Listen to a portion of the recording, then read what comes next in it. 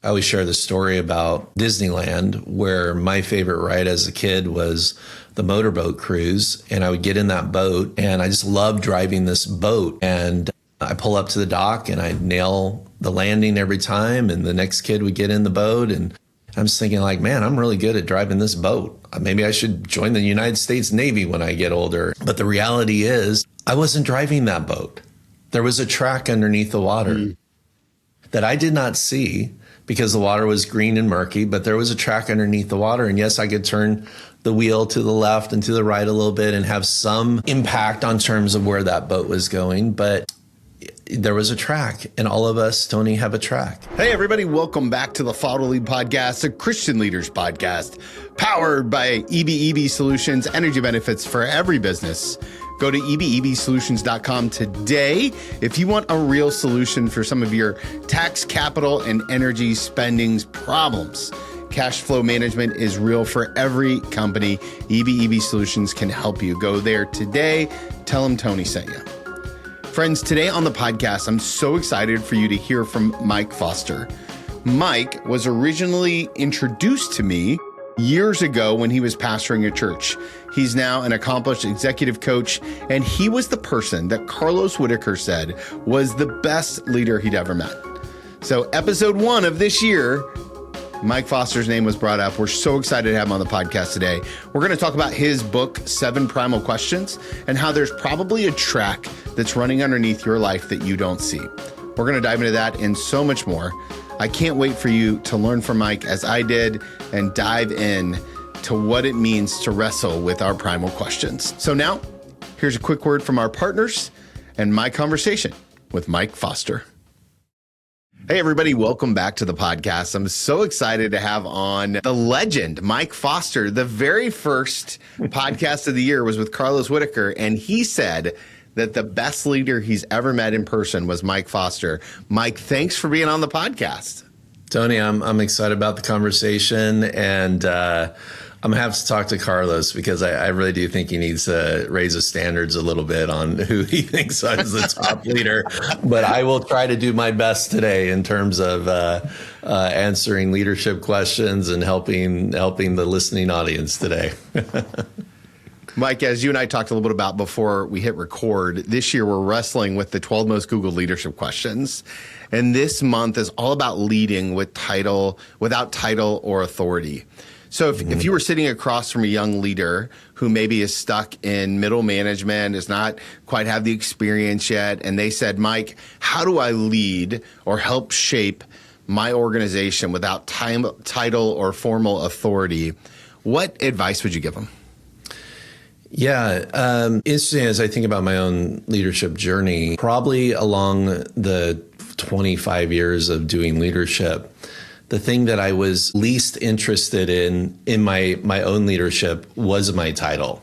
The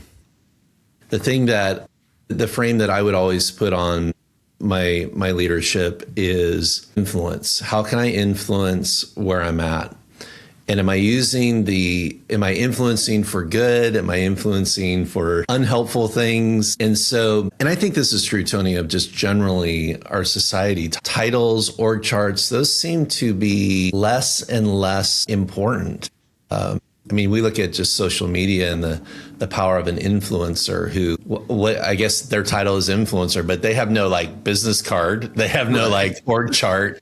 But the power to impact and lead and bring perspective and insight, sometimes those insights are great, sometimes they're not so great. But I would never allow the fact that my position or authority or title and not having it be the thing that I think I need in order to actually have impact stand in the way of me actually influencing people. And so, and also I think sometimes we get confused about kind of size and scale. As I think about my own life, my most important influence is completely local. Yeah. Local to this house that I'm sitting in right now, with my wife, with my kids, my friends. That to me is when I think about wanting to exert leadership and exert influence and impact, it's first and foremost in a local setting, the most local setting. And typically in local settings, we have a lot of power and control. It's sometimes when we place ourselves into big organizations or large churches or wherever, we feel like we have less control and we got to get control. But I say, like, start really localized here in the area where you actually have a lot of control, and you'll actually see that you actually can do a lot of good in life and in the world and in the things that matter to you, even if your business card doesn't say president on it. I know some of the things that you do is around executive coaching, and there's so much work that is involved in that works towards helping people achieve outcomes and, sometimes scorecards or frameworks or measurables and all those kind of things. When we think about influence, how do you judge if we're actually influencing people the right way? I work with a lot of high performers. Most of my day is having conversations with high performers in high stakes situations. The thing that I do not want to do as an executive coach is implement Mike Foster's agenda in their life. And that's because number one, I respect people too much to insert myself into their life and think that I know best. Okay. So whenever I'm trying to influence or lead or help people, I do it, number one, through questions, good questions. Let them come to the answer, not me tell them what to do. I will challenge. I will give my occurrence of things. But I think when we're wanting to help people, it's really about a respect for them and also placing them in a position of empowerment to make the decision. Because I honestly, and listen, I got my ideas, as do you, Tony, about like what people should do. But I don't think that's the best way to lead. I think it is asking good questions, getting really curious. I do understand, like, most people have blind spots. Yes, we want to shine the light on blind spots. But in terms of the actions and choices that people make for their life, I want to be an advocate for the things for their vision, not my vision. Yeah, one of the things that I've been learning a lot recently is that, like, grace lived out is curiosity plus empathy. Yeah. Right. And that's how we get to this idea of giving someone grace. When I talk to a lot of leaders, because they're always so forward thinking, curiosity is the hardest part. How do you build that curiosity muscle? Is it more of what we're born with, or can we practice exercises to get stronger at it?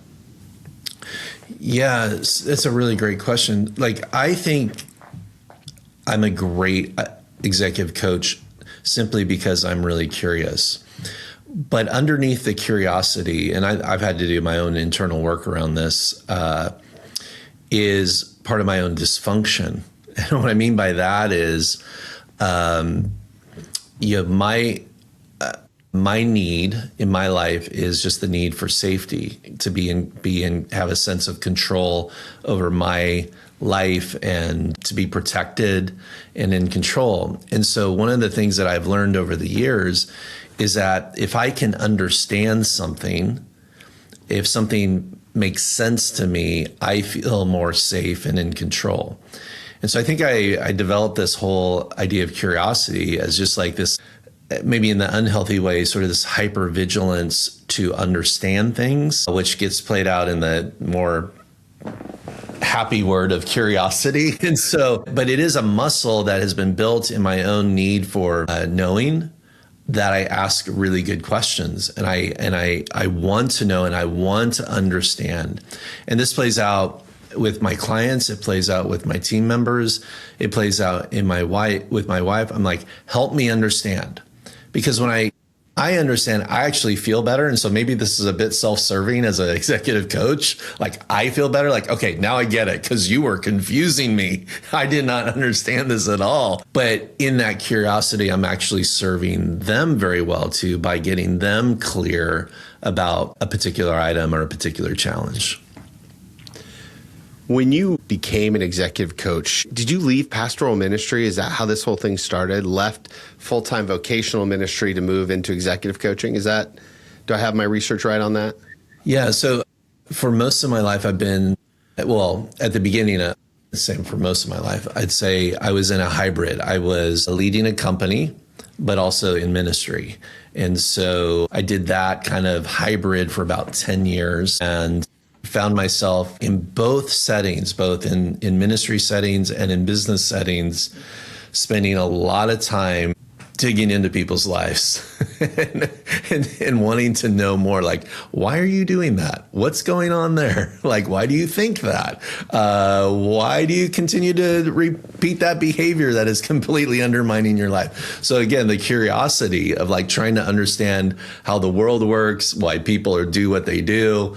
So I was doing it in both domains, both in the church and within the business, and figured out that I was pretty decent at that. Again, mostly I'll have to own the dysfunctional part as well as the gift, and then just slowly transition to specifically executive coaching, which is what I do Monday through Friday.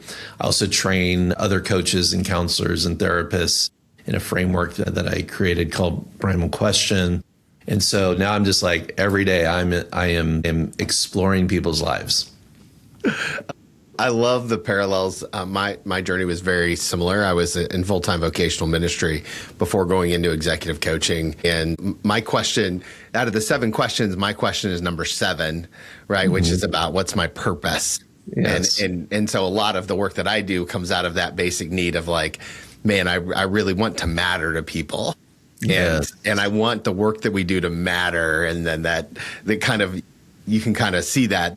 The number one question I get when I tell people my story is the question I want to ask you next, which is the shift from a steady paycheck to owning your own business, the shift from something that most people understand and comes with a certain amount of, kind of reverence in the community from that kind of work, either leading or pastoring, and both in most cases. How did you discern God's voice that it was the right move? To me, when I think about the big shifts in my life, I was never really clear about what was next.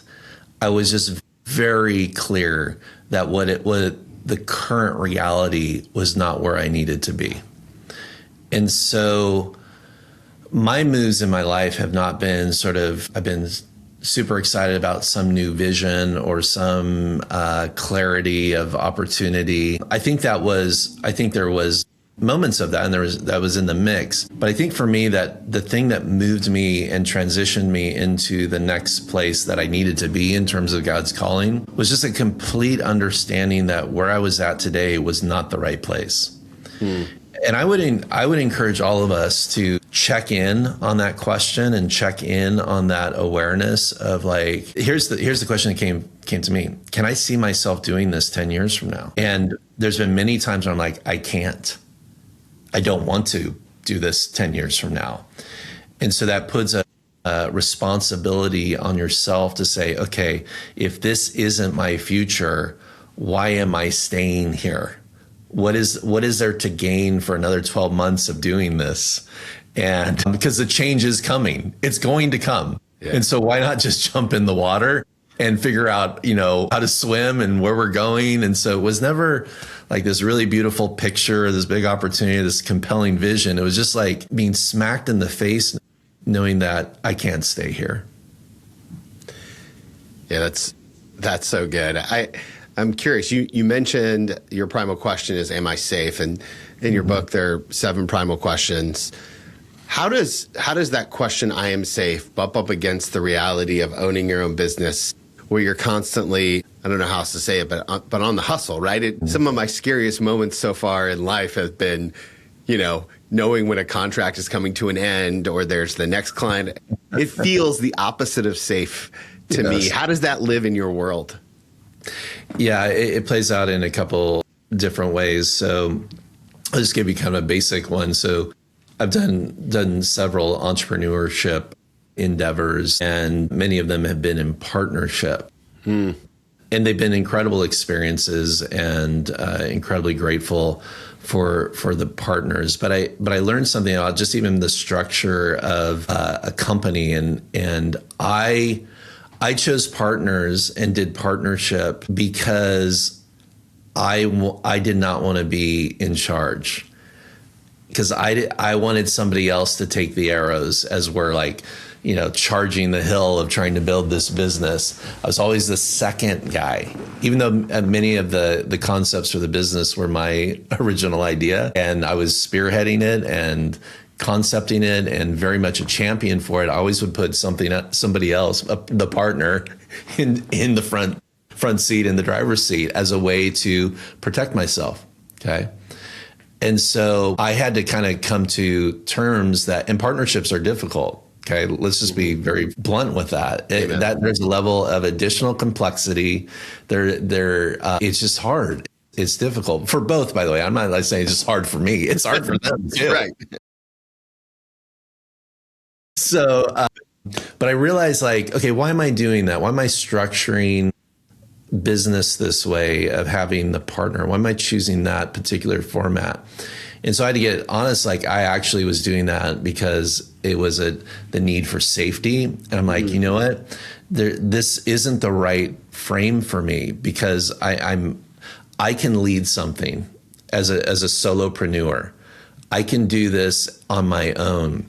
Now, also it's interesting that I have done solopreneur stuff with large teams and solopreneur stuff with very small teams. And I realized about myself, again, through the lens of safety, that I prefer smaller teams because I can have greater control over the business. The bigger the team gets, the less control I feel and the less safe that I feel in that structure. Now, this is not necessarily good or bad, and I'm not judging myself one way or the other. It's just becoming aware of why we are doing things the way we're doing it. Why would you go work for some of us? What feels really safe to me is working for somebody else in a large company where I just have a guaranteed paycheck. That doesn't feel safe to me, because I don't feel like I'm in control in that moment. And so I think part of the reasons why I'm an entrepreneur and do my own business is I get to have the say. My voice is the voice that makes the final decision. And I like that. It also means that I'm completely responsible for getting those invoices in and make sure we're getting paid and make sure we're not spending too much money. But it actually kind of works for me because I'm integrated, because I run a small company, a very successful company, but a very small company. And that just feels right to me. I always tell leaders, I always tell individuals, like, we need to be aware of the deep core need, like for Tony, for you, purpose, significance, impact. We need to be very aware of that primal question. I need to be very aware of my need for safety and control, and make sure that we're showing up in a very healthy way with it, but also just welcoming the truths of what the implications of that need looks like. Tony, you cannot be in a job where you don't feel like you have purpose, where you're not making impact, where you're not, setting vision forth. If you just felt like you were, like a Peloton that's been turned into a clothes rack, and, just like, what am I doing here? I thought it was supposed to get people, as a Peloton, I'm supposed to get people in shape, and you're just hanging your clothes on me or throwing your towels on the seat. Like, you have to have work. Your time needs to be about significance and creating purpose for people. I need safety. And so, like, owning that really helps us define the types of jobs we're going to do, the reasons why we might be really frustrated right now in our work, why we might feel anxious or overwhelmed in what we're doing, because there's a need underneath the surface that's not being met. Yeah, last year, I had a book come out called Wisdom in the Wound, and it parallels what you're talking about so perfectly. And one of the things that I've come to believe wholeheartedly is like true wisdom isn't the absence of wounding, but rather your intimacy with it. And I feel like the more intimate you can become with that primal question, the more prepared you are to just recognize that it's there. And what would you say to someone who is maybe at a place where they're like, I'm not sure that I have a primal question, which I've come to believe that we all do. But how would you kind of counterpoint that? Every person that I know has a primal question. Yeah. whether they're aware of it or not. And that's why I wrote the book. That's why I do the work that I do, is because if you don't see that question, you're living at a massive disadvantage in your life. And so I always share the story about Disneyland, where my favorite ride as a kid was the motorboat cruise. And I would get in that boat as an 8-year-old kid, and I'd drive the boat around Fantasyland Lagoon and navigate through rocks and around other boats. And I just loved driving this boat. And I pull up to the dock and I nail the landing every time. And the next kid would get in the boat. And I'm just thinking like, man, I'm really good at driving this boat. Maybe I should join the United States Navy when I get older. But the reality is I wasn't driving that boat.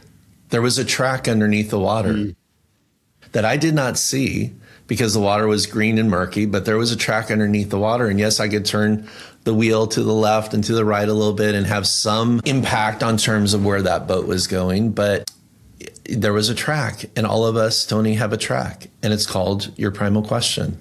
And that need is driving your life. And if you do not see it, you're going to think you're driving your own boat. You're going to think you're arriving at the destinations that you were in control of.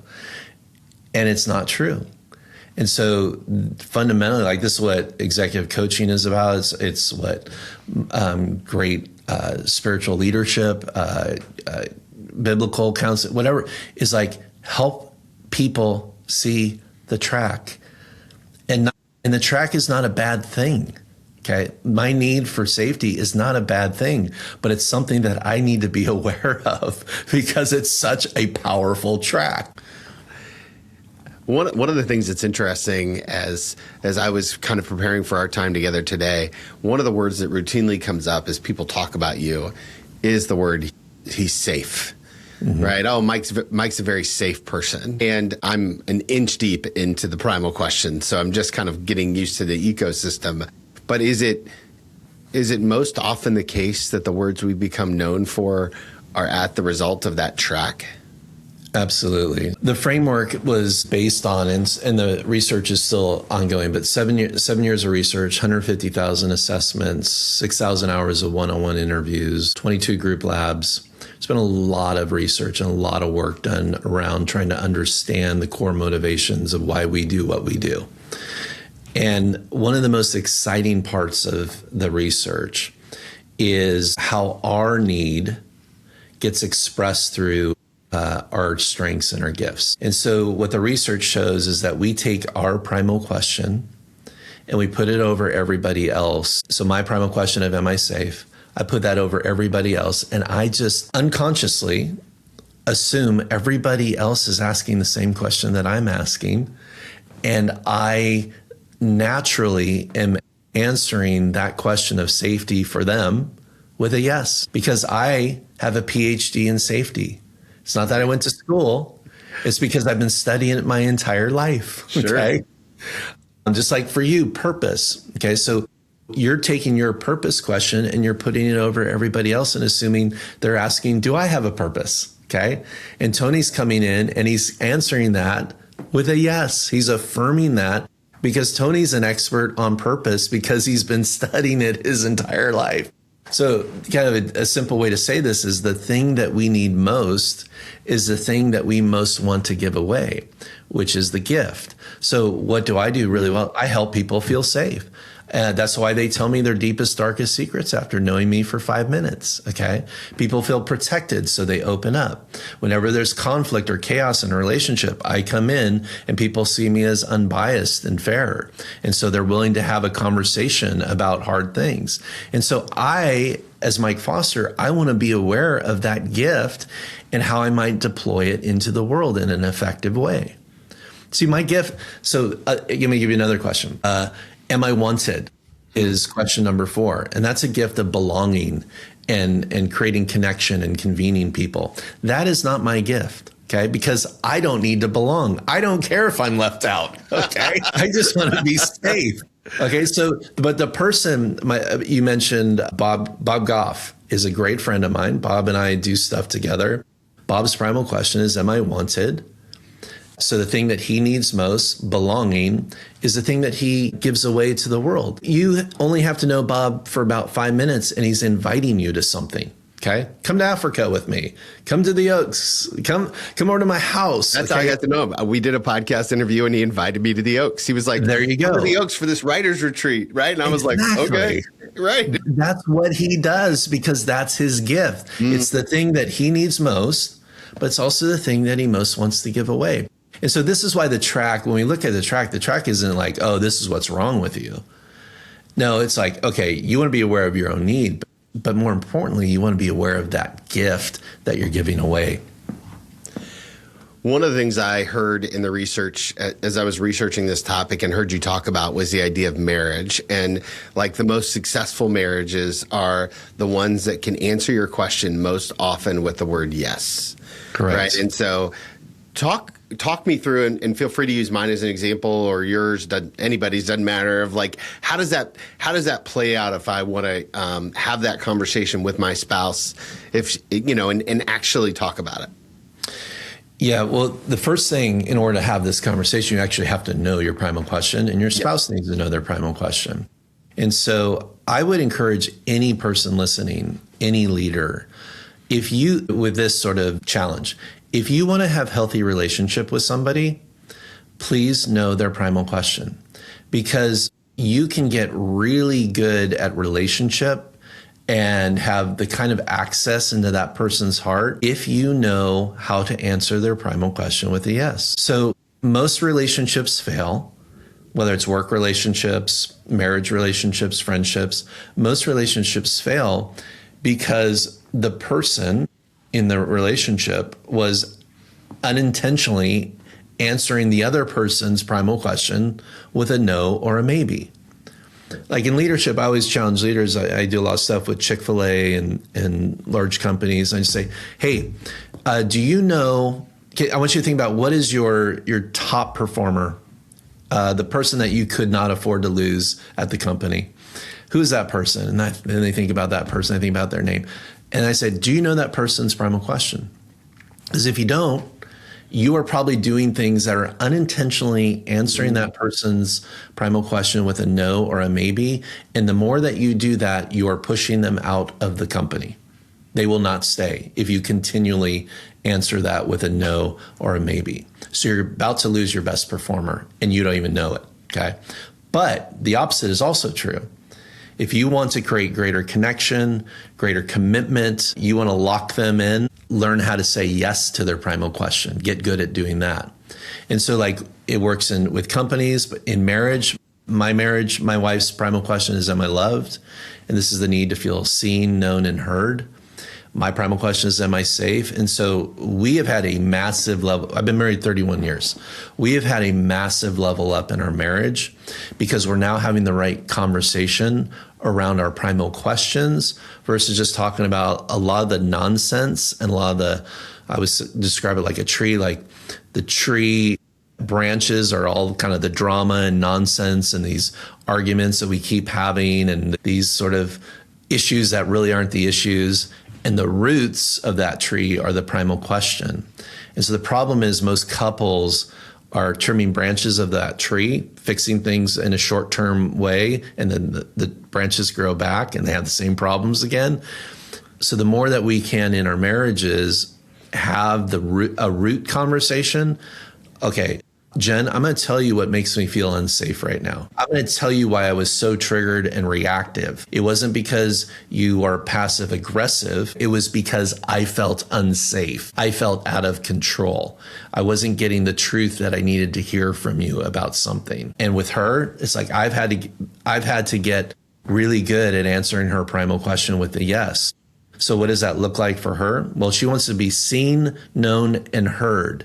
So when I come in and start offering up solutions and getting to fix it mode and say, that's not listening, okay?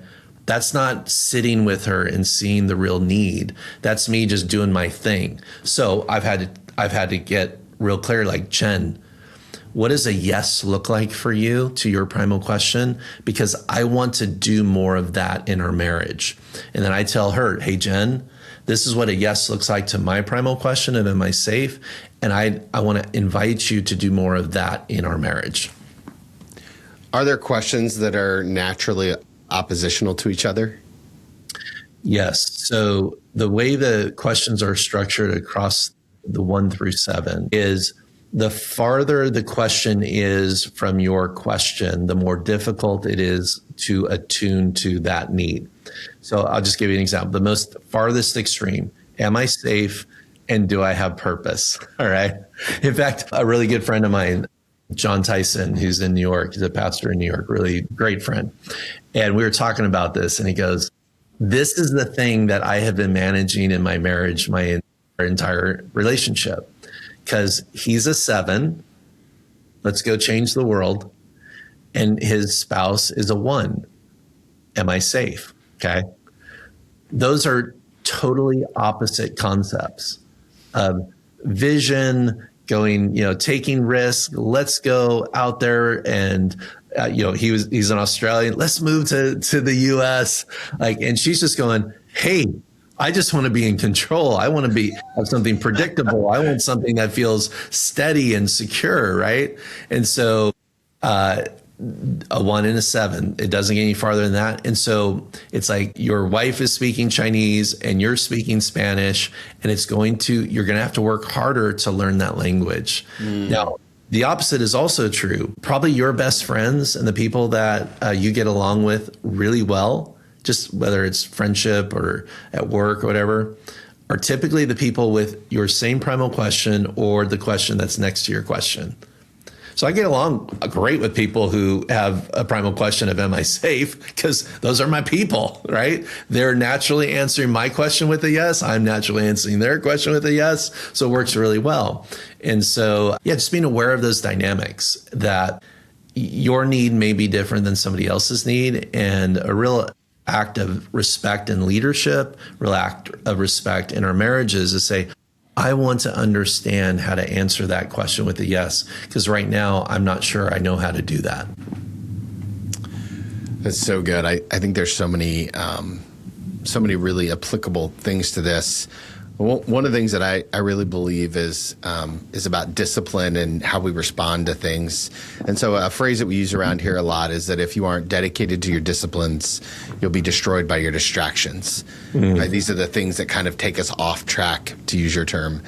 What are some of the things that you do to stay in that right space, on track, wrestling with the question in a healthy way versus letting it overtake you in an unhealthy way? What are your go-to disciplines, non-negotiables? And I love to steal great ideas. Yeah. Be prepared to be completely bored by what I'm about to say right now. But I am telling you, this might be the most important thing I say. Okay. There are no shortcuts. There are no exotic solutions. There's nothing no secret pill. There's no thing that's just going to create a great life. It is in the absolute basics, what I call the planks that I have set deep into the ground that I build the platform on for my friendships, my vision, for my work. I have set these planks into the ground, buried them in deep concrete, and said, without these planks, without these steel girders into the ground, it collapses, or it doesn't work very good, or the foundation's very shaky. And here they are. I go to bed every single night at 9 o'clock, sometimes before, because I know I need 7 to 8 hours of sleep. I need good sleep. And I practice this ruthlessly. Okay. So I'll give you an example. You come over to my house and we're doing you're having you over for dinner, and about 8 o'clock, I'm handing you a dessert, a little chocolate cake or something, or maybe some ice cream. And I'm handing you a napkin. No joke. I have these official napkins that say, please leave by 9 p.m. Okay. Dude, I'm getting some printed. I love that. I'm ruthless about it. And it's you know what? And by the way, you can stay past 9 o'clock. No problem. You can, but I won't be here. Okay. Because I'm going to be up in bed. So ruthless on sleep, ruthless on exercise. I think being if you want to be a great leader, you have got to be connected to your body. You have got to get your body in motion. You have got to put your body under like welcome stress. I go to the gym 5 days a week. I'm not doing it so I can be, you know, Hulk Hogan or Dwayne The Rock Johnson. I do it because I believe in the mind-body connection. I believe it's a great way to get stress out of from the day. I work out actually at the end of the day. At the beginning, it gets the stress out from the clients and all the stuff that I've been carrying. And so like physical fitness, I call it joyful movement, just get your body moving, is another plank. And then the third one that I would put in, again, boring. Okay, this is not, you probably have heard this 1,000 times, but you know what? Most of us don't do it, okay? And we wonder why we're not getting the results. So the third thing is I eat. There was a season in my life, and this was a very destructive season. I did not show up in the best way because I would start work. I was a workaholic. I was, you know, a driver. I was in control, right? Full control, doing my thing. And I just simply would not feed my body until about 2:00. I'd find some moment to just like throw a bag of chips or something that, you know, I was so hungry and my body was so starved. And everybody knew that about 2:00 in the afternoon, or maybe even below 4, Mike's going to get hangry. I get grumpy. I get mean. I get, you know, all the things that happen when we don't eat. All right, friend, let's own it. We're not the best versions. All right. Amen. And so Amen. Like I got very serious about feeding myself to make sure that my blood sugar was good, to make sure that I wasn't hungry during the day. I hydrate really well. Again, boring. I'm not selling you a supplement here. I'm not selling you like a coaching program. I'm just saying like sleep, work out, and hydrate and eat.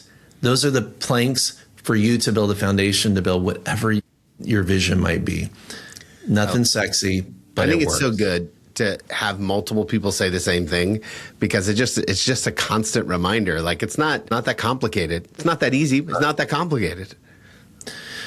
And what's funny, the reason why it's complicated is because we think that this actually isn't going to work. Right. Or we try to shortcut it, right? We try to shortcut it. And I'll tell you my results. My results is I have 7x my business with this strategy. So good. I haven't really changed that much in terms of like my style or my insights or my wisdom, but it's about how I show up now, how I lead. I'm much more in this sort of neutrality, less emotionally up and down, less angry, right? So these are good things for your business and for your leadership. Mike, I want to make sure I get to our last question. Before I do that, I know that the bold ones, my community here, are going to want to connect with you all over the internet. They're going to want to take their Primal Question assessment. Where's the best place to learn all things? Yeah, so yes, I would encourage all the listeners, take the assessment. It's free. It's easy. It'll probably take 5 to 8 minutes at most. It's about 20, 25 questions. You'll get a report that says what your question is. You'll get some additional information in terms of application and some of the implications of that question in your life. It's a great starting point. And again, have your spouse do it too. Have them take it. Have your kids take it. Have your team members take it, because it just gives you this whole new insight. There's also a lot of resources on primalquestion.com. So you do the assessment at primalquestion.com. There's some additional things there. Again, if you want to go deeper into the framework, there's a certification program called Primal Question Pro, where you can actually utilize it as a coach or a counselor, or you can teach on it. It's a great program. So that would be probably some great next steps. And then the book on Amazon, Amazon.com. You probably have heard of it. It's this kind of really, I don't know, this new emerging place that sells books. It's the book's available there, and it's a very easy read, lots of pictures, but it goes through all 7 questions and gives you a lot of great insight on how it impacts business and relationships and communication and your primal gift. And so those two steps, primalquestion.com to take the assessment, and checking out the book on Amazon.com would be a great next step too. And we'll link to both those in the show notes, of course. So just scroll down and click the button. 10 out of 10 recommend it. You won't be disappointed. All right, last question we're asking people this year is about the greatest leader that you've met in the flesh, right? So no Jesus answers. It's got to be somebody that you've met. Who is that person and what made them so great? This is an easy one. It's actually a guy I have known for 20 plus years, and I call him a mentor, even though he refuses to accept that title or frame our relationship that way. He is probably worth about $200 million, but that's not what is most impressive about him. I see him just show up for people, care for people, speak truth to people, challenge people. I have watched him love his wife for 40 plus years in a way that has inspired me to do better in my own marriage. And probably nobody knows him. I know him. And I will say this, if you want to be a great leader, you need to have templates for great leadership, real templates, living templates where you watch. And basically why his name's Bill. The reason why Bill is such a great leader is because, and has been such an influence on my life, is because not because of I asked him a bunch of questions, but I simply watched his life. Saw him do, how he conducted a meeting or how he led a conversation. And I'm like, ooh, I like that. I could do better at that. And so I think it's really important when we think about great leaders and growing in our own leadership, we need to have a living picture that we could watch. And not that we need to be a duplicate of that, because I'm not a duplicate of Bill.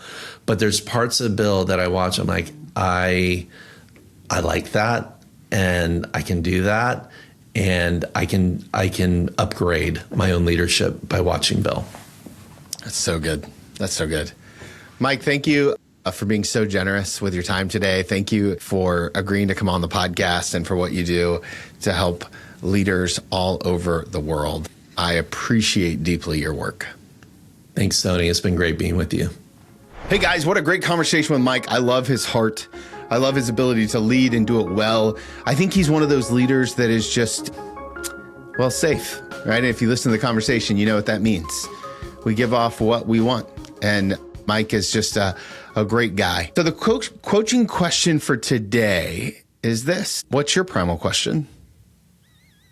What is your primal question? Take the assessment, click the link in the show notes, and lean in a little bit. Lean into getting uncomfortable. My question is, what is my purpose? And it was a great dialogue with my spouse about what that meant and what it looks like. And I would love to hear yours. So email me your question, Tony@twmilt.com, or connect with me on Instagram @twmilt. Until next time, remember, if you want to follow Jesus, you must be willing to move.